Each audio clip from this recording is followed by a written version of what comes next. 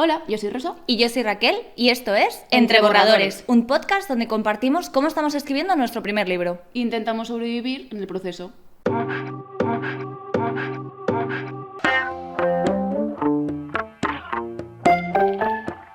En capítulos anteriores hemos visto cómo encontrar tu motivación como escritor. Cómo poder estructurar bien nuestra historia y qué tipo de estructuras hay. Y cómo construir personajes memorables. Y hoy, redoble de tambores, vamos a ver cómo diferenciarnos de ser un escritor o escritora que acaba de comenzar de un escritor un poquito más experimentado. Así que vamos a hablar sobre mostrar versus contar. Y el ritmo de la lectura. Muy importante. ¿Cuántas veces os ha pasado que estáis leyendo un libro y no paráis de leer que el autor o la autora os está diciendo que tal personaje es súper inteligente? Y qué lista es esta persona, y qué listo es este personaje, porque es muy listo, porque saca muy buenas notas. Pero vosotros no lo estáis viendo. De hecho, a vosotros os parece que muy listo no es.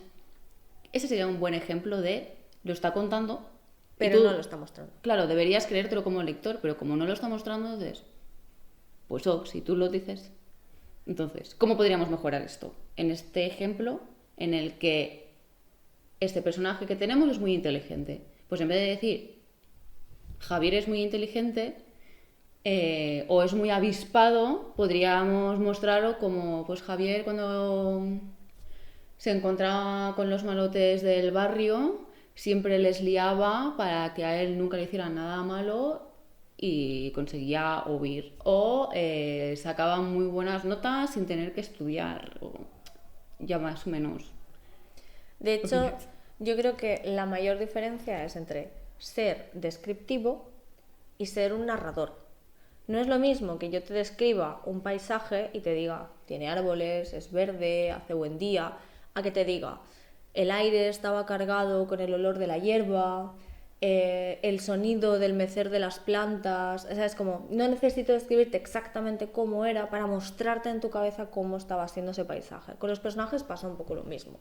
Yo te puedo decir, este personaje es así, y no quiere decir que no podamos utilizar el recurso de contar algo, pero si después no lo mostramos, si no justificamos que lo que te está diciendo el autor fielmente, que te creas, es real, vas a generar como una discordancia entre la imagen que tiene el lector y la imagen que ha querido transmitir el autor o la autora. Claro, el conflicto no está dentro de la historia, está con el lector versus libro. De hecho, no está mal que solo muestres, de hecho no está mal mostrar o contar algunas cosas o mostrar, porque también tienes que saber identificar en el momento en el que, mira, es que da igual que a este personaje le guste el olor de la hierba mientras toma el café y tal, porque realmente es información innecesaria. Entonces es el momento de contar, tipo, Valeria salió al balcón mientras se tomaba el café y vio cómo le pegaban al vecino de abajo. Suficiente.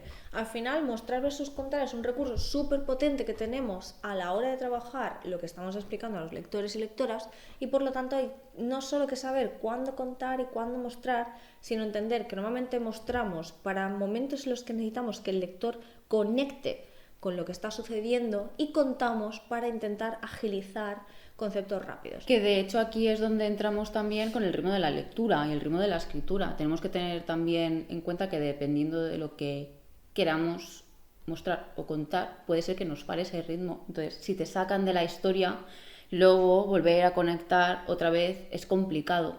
Sí, de hecho del ritmo ahora hablaremos como dentro de 2 minutitos, un poquito más en profundidad, pero os queríamos poner algunos ejemplos que consideramos que son muy buenos en cuanto a mostrar versus contar, sobre todo porque son ejemplos donde los mundos de los que os vamos a hablar tienen una historia riquísima, unas culturas súper bien trabajadas, unas políticas muy bien establecidas, todo un universo entero nuevo, y no te lo cuentan, no te dan una clase de historia de 65 diapositivas donde te dice, este es mi mundo, clic, esto es lo que tiene, clic, estos son sus políticos, clic. O sea, no queremos ser Patty y Selma con uno de sus viajes.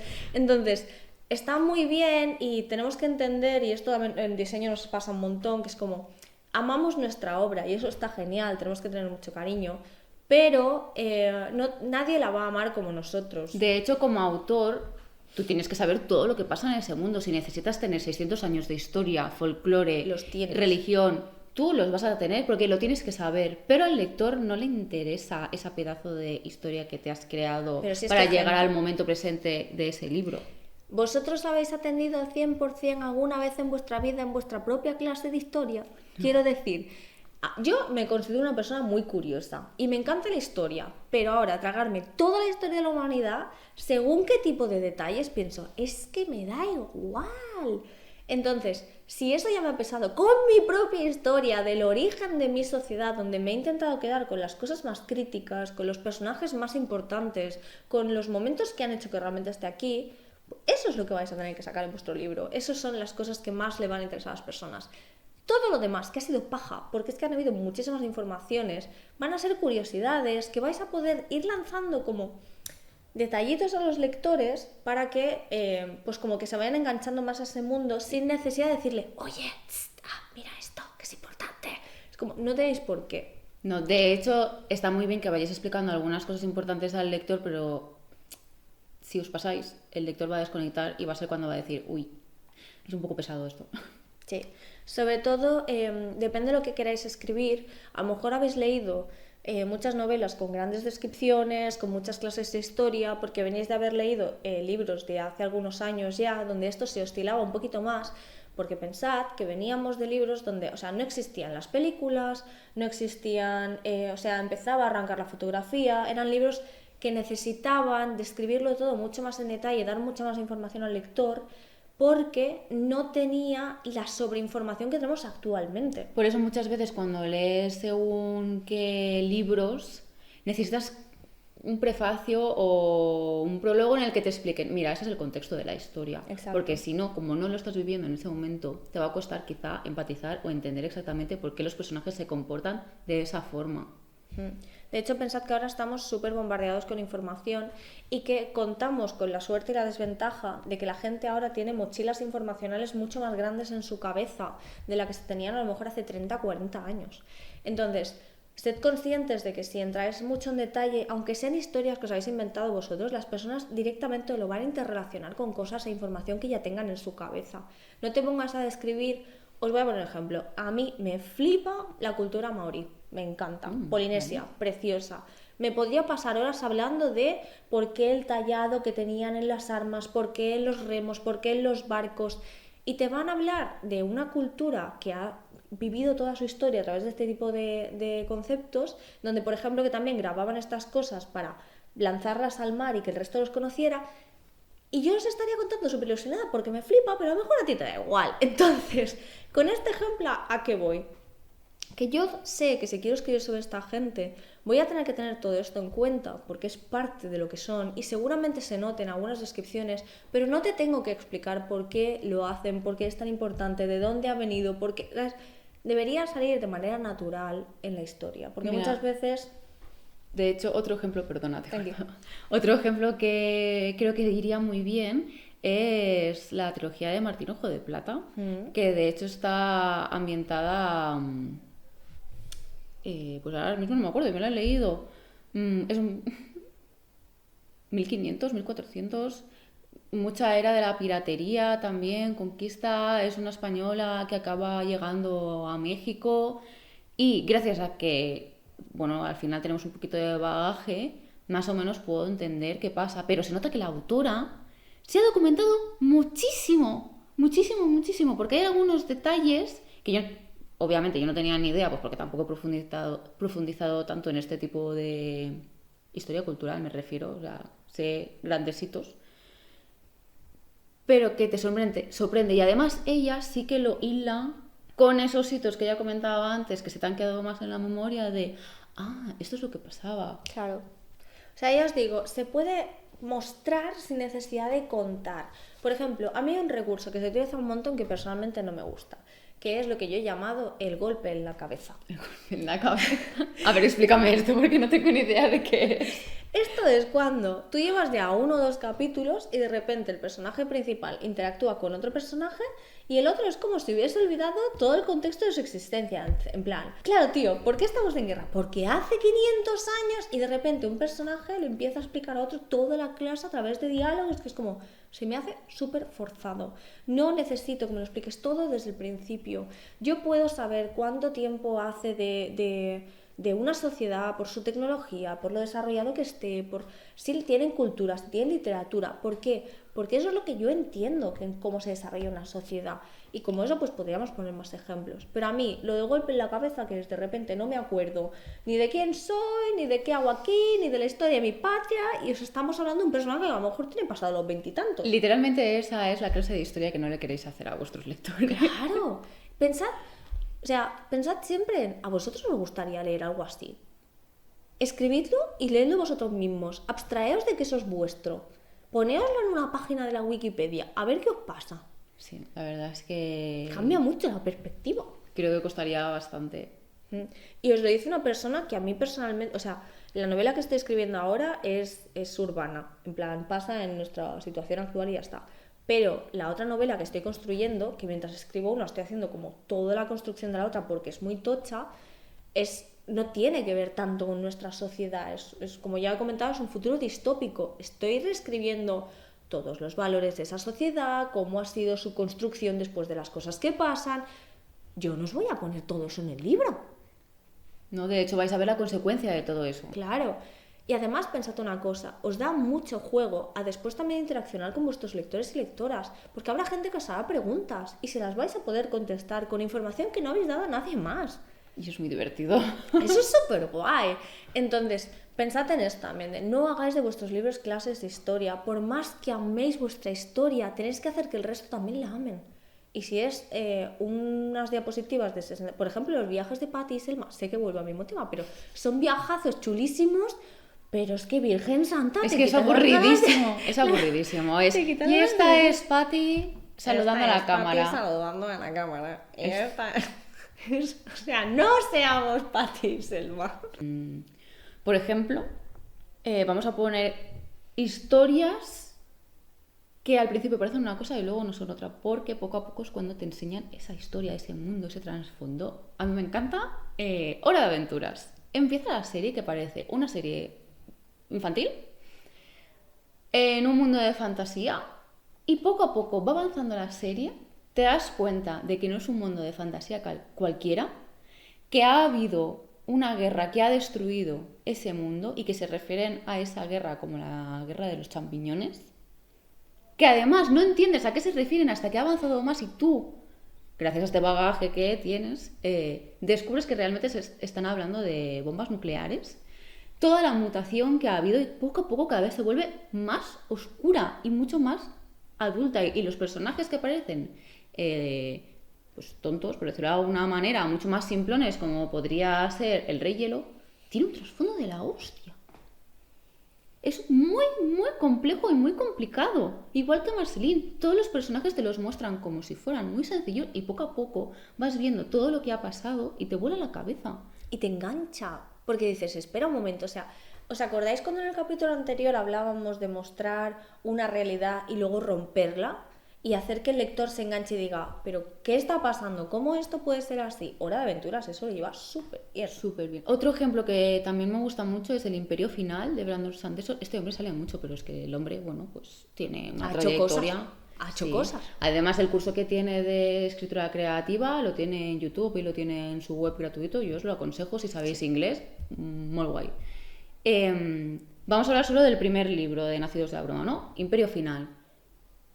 Tú sabes que hay un grupo de personas que quieren dar un golpe de estado y cargarse al gobernador máximo. Estás en un mundo del que llueve constantemente ceniza, que no tienes ni idea de cómo ha llegado la cosa así. Poco a poco te lo van explicando y descubres que hay personajes que tú pensabas que eran una cosa que son completamente lo contrario. Y te vuela la cabeza, sobre todo, recordemos a Sánchez, la Brander Sánchez... La Sanderlancha. Sanderlancha, gracias. La Sanderlancha del episodio anterior. Recordemos a Sanderlancha, en la que en esas últimas páginas, de repente todo cobra sentido. Y todo lo que te habían mostrado durante la historia, me lo invento, hay un momento en el que nombran un cuchillo, ese cuchillo luego se ha utilizado. Porque además es eso, no introduzcáis cosas que luego no van a servir para nada. Que tengan un porqué. Si queréis un ejemplo muy gráfico, esto lo sí, lo hacía muy bien Hitchcock en sus primeras películas, luego se volvió como un poco mainstream y el señor dejó de utilizarlo, pero si veis películas de antes, él jugaba mucho con el primerísimo plano a objetos, con ciertos movimientos, los ubicaba en ciertos lugares para darle pistas a los espectadores de lo que iba a ocurrir en torno a ese objeto. Eso es muy importante porque también lo podéis trasladar a la literatura. Creo que, por ejemplo, Belén Martínez con Placeres Mortales lo hace muy bien. Te va dando... Mira, Belén creo que es un gran ejemplo de cómo contar, o sea, cómo mostrar sin necesidad de contar. Y creo que lo aplicó muy bien en de Placeres Mortales. Y luego además es eso, iba dejando como muy buenas pistas en torno a también hacerle un poco el lío al lector de sí, si no. Entonces también vosotros mismos podéis jugar con este recurso para marear a los lectores si es que estáis buscando una interacción diferente con vuestro libro. Yo os voy a poner otros dos ejemplos. Aquí veréis que vamos hablando de literatura, vamos hablando de cines, series y también de videojuegos, porque para mí de los mejores storytelling de la historia hay muchísimos videojuegos que son increíbles. Uno de ellos es BioShock. Me parece impresionante cómo te meten en la trama desde el momento cero, cómo entras en la tensión del protagonista, que sí que es verdad que con videojuegos es más sencillo, porque al final estás llevando tú al personaje, pero te sueltan ahí, no te hacen ni prólogo ni mierda, ni nada, no te hacen prólogo ni nada, y vas descubriendo la historia a medida que el personaje te va evolucionando, vas encontrando la relación que tiene el personaje protagonista con la sociedad, con el antagonista y todo lo que está sucediendo. Y ahí es donde os explico, a mí me gusta mucho poner siempre de ejemplo BioShock 3, porque en BioShock 3 a ti no te necesitan contar que es una sociedad jerárquica racializada. No hace falta. Solo necesitas ver un par de escenas que además son opcionales, ni te van a obligar a pasar por ahí, y la cartelería del videojuego, que tú te vas paseando por la ciudad, vas viendo los carteles y tienes unos carteles de Vox Populi, que es como el grupo que está luchando por romper con el gobierno corrupto. Son carteles que están hechos a mano, pintados, es gente racializada la que protagoniza esos carteles, versus los otros carteles del gobierno que son propagandísticos militares, que siempre son con figuras muy americanizadas, ¿sabes? Y tú no necesitas saber nada de lo que está pasando para ya saber que hay un conflicto. Y eso es mostrar en vez de contar. Claro, en Imperio Final también, en el momento en el que te empiezan a explicar un poquito cómo están o las clases sociales, tú ya ves la desigualdad, aunque te la van mostrando, y cada vez ves que todo está ultra podrido. No hace falta que venga el autor y te diga, mira, es que en esta sociedad hay clases sociales, está podrido, bye. No. Lo vas viendo. Con los actos tanto de la gente de clases altas como de las bajas y cómo los impactos de según qué personas hace que esta jerarquía cambie. Lo podéis ver también en videojuegos como Fallout o incluso en series como Arcane. En Arcane no puede ser más claro.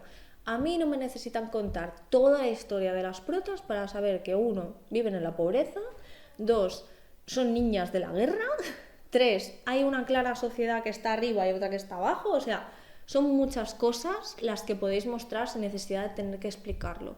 Y luego, si queréis reforzar mensajes, o a lo mejor hay conceptos que son demasiado imaginativos, ahí sí podéis utilizar las descripciones de contar algo para terminar de enganchar al lector. Esto, por ejemplo, creo que Sanderson lo hace bastante con los modelos de magia. Te explica, te muestra cómo funciona la magia y luego como que te la baja la descripción de esto funciona así, por esta manera, este motivo, para que como que termines de entender el modelo mágico que está hecho, al menos en Nacidos de la Bruma utiliza mucho el tema del maestro. El maestro que coge al discípulo y le enseña cómo va todo. A mi gusto, me parece muy bien que me expliques cómo funciona el sistema de magia, porque acostumbra a ser magia dura, muy compleja, o compleja. Pero sí que es verdad que lo va repitiendo mucho, supongo que para que el lector recuerde cómo va la cosa. A mí me resulta un poco repetitivo. Hay otros a los que les encanta que le diga, pues tiró una moneda de cobre y estiró y no sé qué y vio y... A mí me sobra eso un poquito, pero bueno, por lo demás, bien. Claro, hay a gustos colores. Os hemos explicado un poco cómo funciona esto de mostrar versus contar, cómo se puede hacer ejemplos y nos gustaría dar un par de ejemplos más. Uno de ellos es acerca del ritmo de la lectura y también cómo ha cambiado con el tiempo. Entonces, ahora os vamos a leer una presentación de un personaje en inglés, para que entendáis la musicalidad. No somos las más expertas, lo vamos a intentar hacer lo mejor posible. Raquel va a leer la presentación de Aragorn del Señor de los Anillos. Y yo voy a leer la presentación de Seth del Archivo de las Tormentas de Sanderson. En realidad es exactamente lo mismo. Este personajito, hijo de tal personaje, se muestra así.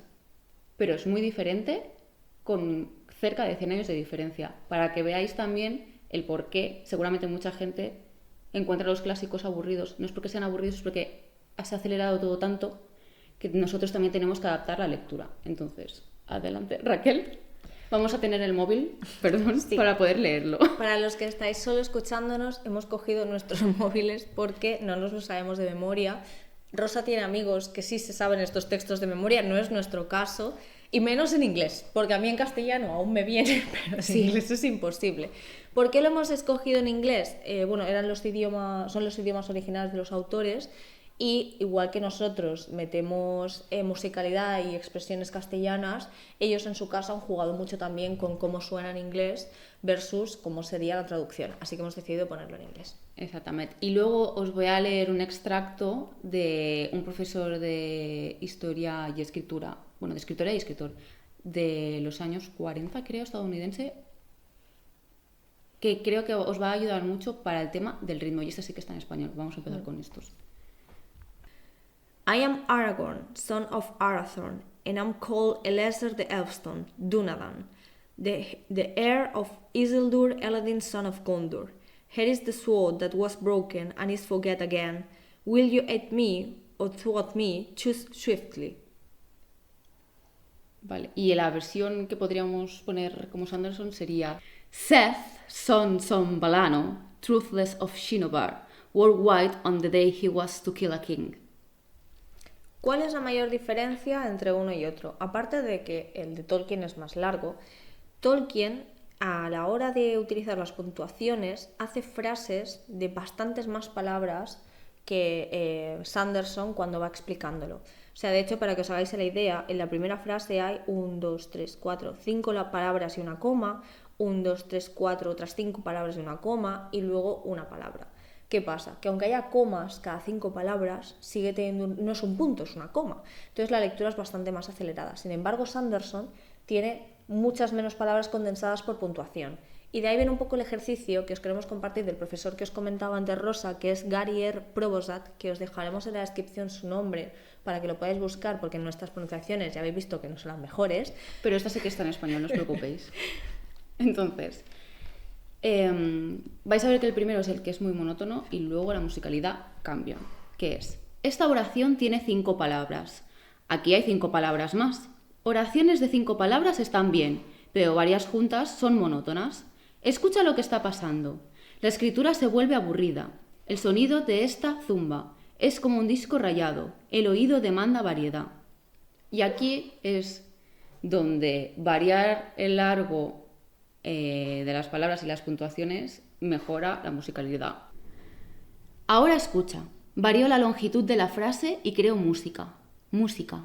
La escritura canta. Tiene un ritmo placentero, una melodía, una armonía. Uso oraciones cortas y uso oraciones de longitud media. Y a veces, cuando estoy seguro de que el lector está descansado, lo comprometo con una oración de longitud considerable. Una oración que arde con energía y se construye con todos los ímpetus de un crescendo. El redoble de tambores, el crash de los platillos, sonidos que dicen, escucha, esto es importante. Entonces, escribe con una combinación de oraciones cortas, medianas y largas. Crea un sonido que complazca al oído del lector. No escriba solo palabras, escribe música. Un fuerte aplauso para Rosa, que ha leído estupendísimamente. No me lo creo ni yo. Me encanta tu voz. Vivo obsesionada con esta mujer. Dicho esto es un claro ejemplo para que veáis lo importante que es. ¿Esto quiere decir que desde el momento 1 tenemos que escribir así? No, para eso están los borradores, gente. Entonces, primero escribid y luego ya corregiréis el ritmo. No os preocupéis. Lo mismo que mostrar versus contar. No os atasquéis si no sabéis explicar algo desde el momento 1. Porque recordad que aquí estamos escribiendo por primera vez nuestra primera novela y que estamos entre borradores. Y que a escribir se aprende escribiendo. Entonces, Exacto. cuanto más escribáis, mejor lo vais a hacer. Dicho esto, escribid, disfrutadlo, podéis tener estas cosas en mente, pero si no os sale a la primera, no os atasquéis, ya lo corregiréis. Y cuando tengáis vuestra novela y hayáis corregido, os vendrán lectores y lectoras beta. Y cuando esa gente haya pasado, que también os levantarán estas cosas, os vendrán editores y editoras. Y así, infinitamente. Quiere decir, no hace falta que lo hagáis desde el principio. Esto es conocimiento para que os sea más fácil y para que entendáis por qué hay obras que nos gustan y obras que no. Así que nada, este ha sido el capítulo de esta semana y nos vemos en el siguiente que... Irá sobre bloqueos, porque como os acabamos de decir, es muy fácil bloquearse con pequeñas cositas y os vamos a hablar de los bloqueos que nosotros... Va a ser un capítulo un poco personal. Sí, porque va a ser precisamente de nuestros propios bloqueos y qué hacemos para desbloquearnos, o al menos intentarlo. Así que ya sabéis, nos vemos el próximo miércoles. ¡Chao, chao! ¡Chao!